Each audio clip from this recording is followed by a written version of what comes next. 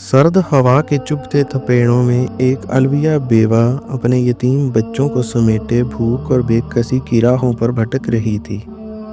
شہر کے سارے دروازے اس پر بند تھے اور دل پتھروں سے بھی زیادہ سخت، مگر اسے معلوم نہیں تھا کہ آج اس کی بے بسی آسمانوں میں ایک فیصلے کو جنم دینے والی ہے۔ ہمارے چینل کو ضرور سبسکرائب کریں اور کمنٹ میں نبی کریم صلی اللہ علیہ وسلم پر درود شریف کا تحفہ پیش کریں۔ بلخ کی وادیوں میں ایک نہایت معزز خاندانی علوی شخص آباد تھا، جس شخص کے گھر میں نعمتوں کی فراوانی اور عافیت کی بہار ہر وقت جلوہ افروز رہتی تھی۔ بیوی، بچیاں، سکون، رزق، احترام سب کچھ اس کے قدموں میں تھا، مگر تقدیر کا دستور نرالا ہے۔ ایک دن اس شخص کو اجل نے آ لیا۔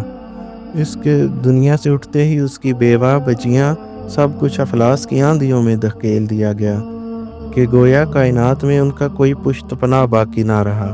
بلا کی سردی، ٹھنڈی آندھیوں کی گونج اور بھوک کی چبھن سب ملا کر زندگی عذاب ہو گئی۔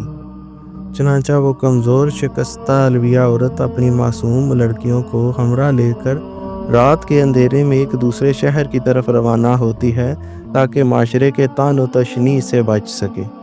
شہر میں داخل ہوتے ہی وہ ایک ویران غیر آباد مسجد میں بچیوں کو بٹھا کر خود رزق کی تلاش میں نکل پڑتی ہے۔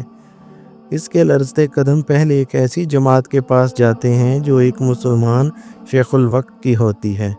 وہ عورت آہ و بکا کے ساتھ اس کے آگے اپنا ماجرا بیان کرتی ہے کہ میں ایک علوی شریف عورت ہوں اور بے آسرا بیوہ ہوں۔ میری بچیاں بھوک سے نڈال ہیں، اے شیخ، خدا کے واسطے میری مدد کرو۔ شیخ الوقت اپنی طاقت اور امارت کا مظاہرہ کرتے ہوئے کج اداؤں سے جواب دیتا ہے کہ اگر تو یہ دعویٰ کرتی ہے کہ تو الویہ ہے تو اس پر کوئی گواہ پیش کر۔ وہ بے بسی سے کہنے لگی، اے شیخ، میں اس شہر میں اجنبی ہوں، مجھے کوئی نہیں جانتا، کون میری گواہی کے لیے کھڑا ہوگا؟ مگر سنگ دلی کے مارے شیخ نے منہ موڑ لیا۔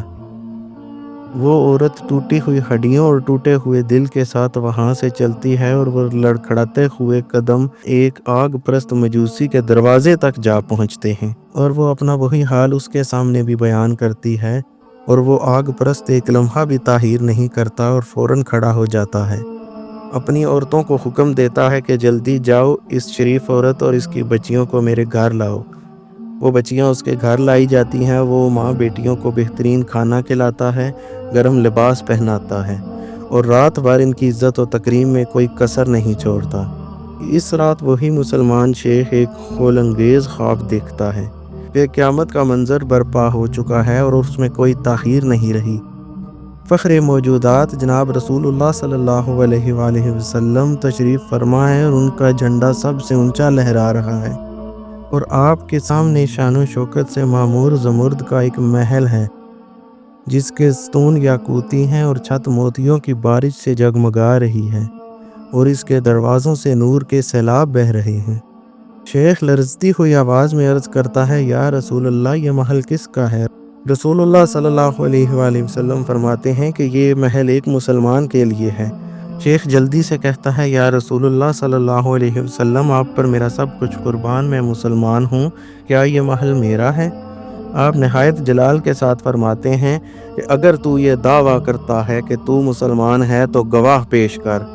آج ہم بھی تجھ سے گواہ طلب کرتے ہیں جس طرح تو نے ہماری نسل کی بیوہ عورت سے گواہ طلب کیا۔ شیخ سکتے میں آ جاتا ہے اور چیخ مار کر خواب سے جاگ اٹھتا ہے۔ اسے اپنا دل بند ہوتا ہوا محسوس ہوتا ہے۔ صبح اٹھتے ہی گھبرا کر دریافت کرتا ہے کہ وہ عورت کہاں گئی۔ پتہ چلا کہ وہ مجوسی کے گھر ہے۔ اس نے اس آگ پرست مجوسی کو بلوا بھیجا اور کہا کہ میں وہ الویہ عورت اور اس کی بچیاں تجھ سے مانگتا ہوں، اور وہ آگ پرست اس تبسم کے ساتھ جواب دیتا ہے کہ یہ بات ناممکن ہے۔ شیخ یہاں بھی اپنی سرداری اور دولت کا مظاہرہ کرنے سے باز نہیں آتا اور کہتا ہے کہ میں سردار ہوں، اس عورت کو میرے حوالے کر دو، اس کے بدلے میں تم مجھ سے 1000 درہم لے لو۔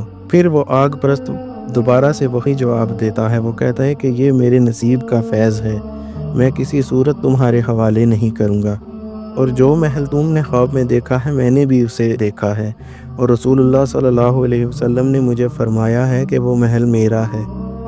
اور مجوسی نے لرزتی ہوئی آواز میں کہا، خدا کی قسم، جب تک میں، میری بیوی اور میرے اہل خانہ تمام اس الویہ کے ہاتھ پر مسلمان نہ ہوئے، ہم رات کو سوئے نہیں تھے۔